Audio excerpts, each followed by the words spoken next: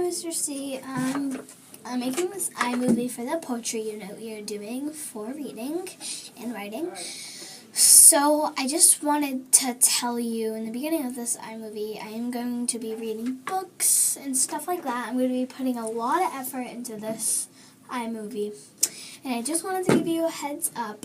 In my portfolio folder, I have a poetry folder, which is shared with you because everything in my portfolio folder is shared with you. And I just wanted to let you know I don't have anything in my poetry folder right now, but I will soon. So you can go check that out when you get a chance. So stay tuned to this video and I hope you enjoy. Sitting in the sand and the sea comes up, so you put your hands together and use them like a cup. And when you dip them in the water with a scooping kind of motion, and before the sea goes out again, you have a sip of the ocean. I am writing a poem right now. It's called If You Dare. I'm going to be reading that on video, and I'm also going to be reading a book by Robert Frost. I read one poem out of it. It was called The Old Patch of Snow, and I noticed he really likes to write about nature. So, yeah.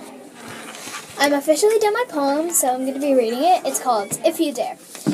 If you dare to climb a tree with 100,000 bees, if you dare to hug a bear with honey on its knees, if you dare to kiss a cat while it's eating a rat, if you dare to hurt a whale as it's blowing out steam.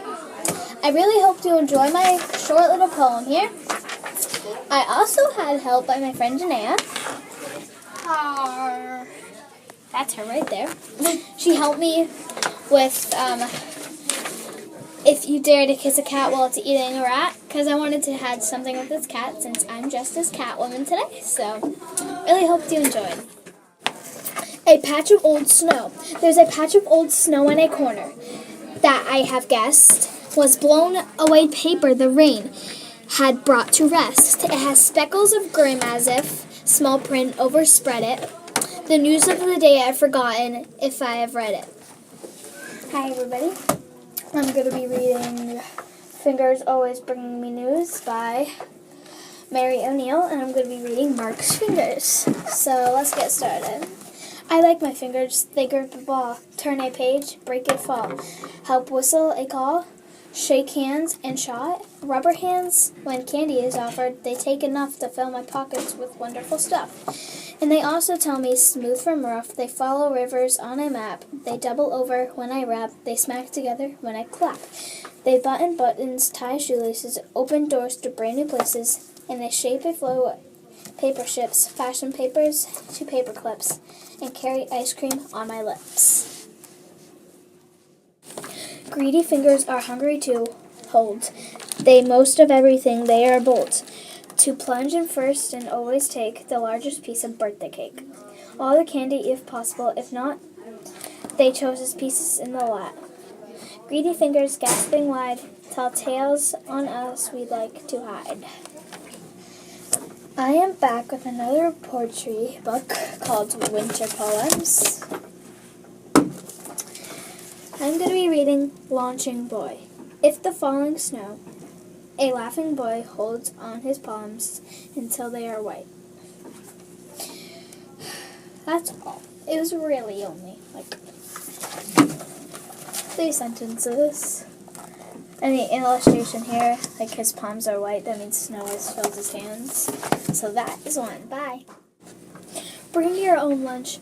Don't eat school lunches, not even a lick. They might make you nauseous. They might make you sick. Just take a small bite, and you'll start to feel ill. If the veggies don't get you, the meatloaf sure will. I'm going to be reading 2 more poems from Poetry Party. Jack was nibble. Jack was nibble. Jack was quick. Jack jumped over the candlestick. Jack kept jumping much too close. Now his pants smell like burnt toast. And starlight, star bright. Starlight, star bright, first star I see tonight. I'm going to try with all my might to keep my jammies dry all night. I am going to be reading Upset and I Love You Not. Nothing makes me quite upset as walking in a bed that's wet. Okay, this is the illustration. It's kind of gross.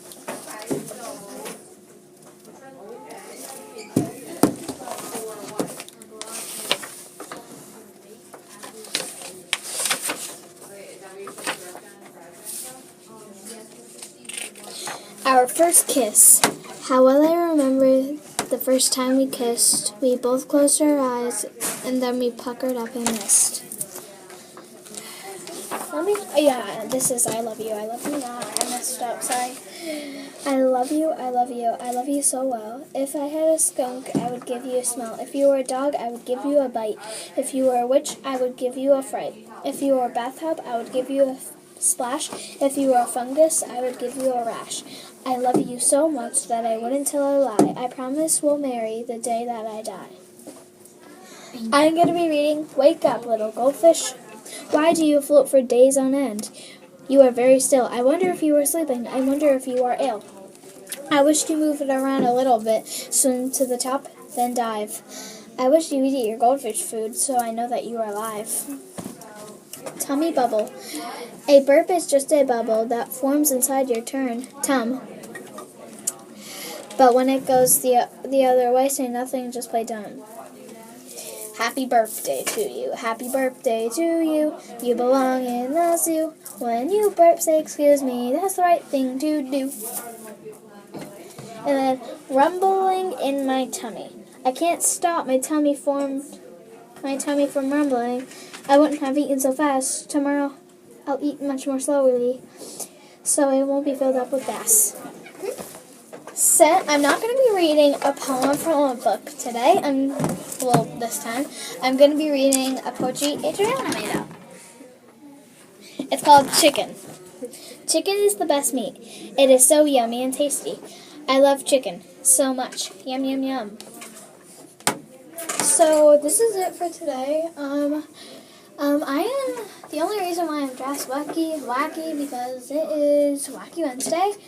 And yeah, so you're wondering, this week is Spirit Week, so that's why I'm going to be dressing a little different from I normally do.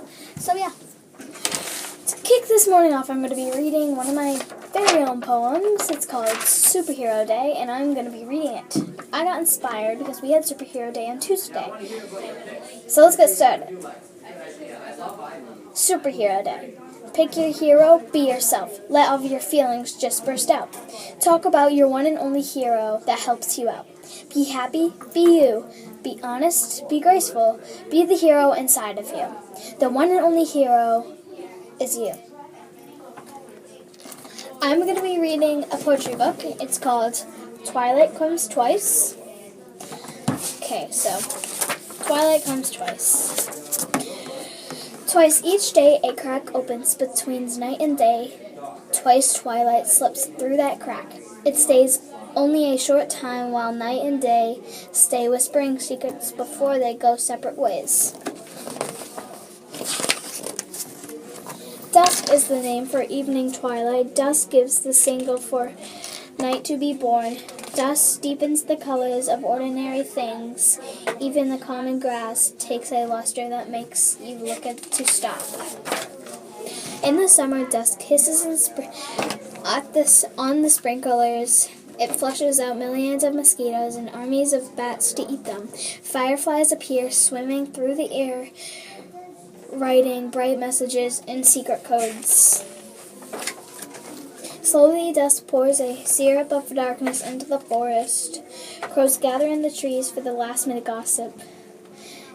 Before nightfall, in the park dusk, will the kids finish, if they hurry, the little league game of baseball diamonds. Two fishermen sit at the edge of the lake, casting far out into the fading light. Streetlights flicker on the deepening dusk. Trains bringing people home, hurry and tired from work.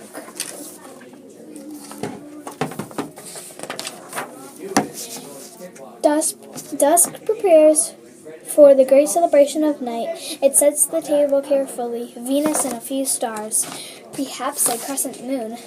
When the sky is filled, singing with stars, you know that twilight has given way to the true night. In early morning, a pale twilight touches the edge of the sky. It's called dawn. Dawn is like a seed that will grow into daylight. With an invisible arms, dawn erases the stars from the blackboard of night. Soon just a moon and a few stars remain.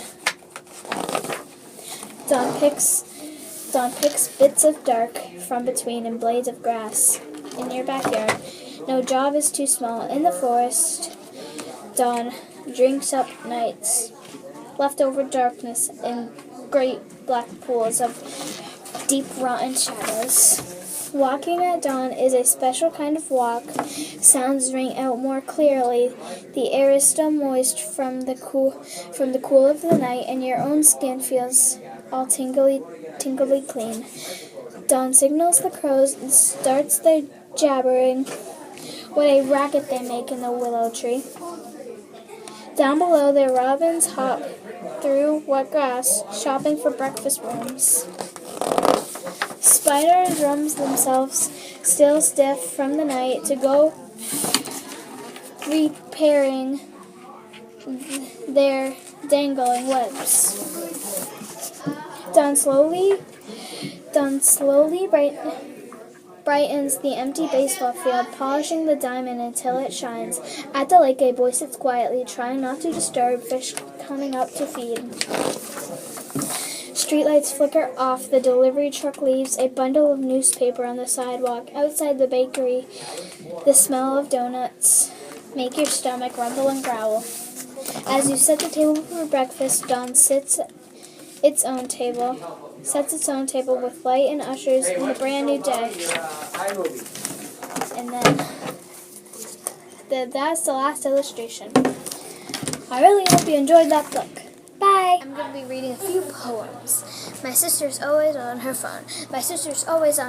I never see her study. She doesn't do her homework. That's why her grades are gritty. My sister always is on her phone. I don't think that's cool. My sister thinks she's so popular. She's flunking out of school. My puppy loves flowers. My puppy's in the garden. He loves the smell of flowers. To help him grow, my puppy always sprinkles them with showers. I'd rather wash the dishes. I'd rather kiss a frog. I'd rather get an F in math or take a 10-mile jog. I'd rather do my homework. I'd rather mow the lawn. I'd rather take the garbage out. I'd rather wake at dawn. I'd rather dine on Brussels sprouts or catch the chicken pox. I'd rather do most anything than clean the litter box. And the last one, don't pinch. When I got on the school bus, I was in for a surprise. My friends all started to point. There was mischief in their eyes. The kid who sat in front of me reached out and pinched my knee. My friends all started laughing, but the joke was lost on me. And then I got my second pinch. I felt it in the ear. And then I felt my third and fourth. I guessed it on my rear. I asked, "Why are you pinching me?" "I think it's very mean." He said, "Today's St. Patrick's Day. You're not wearing green." I am going to be reading 3 Yankee Doodles and 1 Mrs. Doodle. Yankee Doodle's Monkey Ride. Yankee Doodle went to town riding on a monkey. He had to take a shower quick because he smelled so funky. Now, Yankee Doodle's Turtle Ride. Yankee Doodle went to town riding on a turtle. His belly jiggled all around, and now he wears a girdle. And now, Yankee Doodle on a chicken. Yankee Doodle went to town riding on a chicken. He went into a restaurant and came out finger-licking. Now Mrs. Doodle. Mrs. Doodle went to town riding on a gator. She didn't feed the gators, so the hungry gator ate her. This is the end of my iMovie. So, I really enjoyed it, and thank you for watching, Mr. C.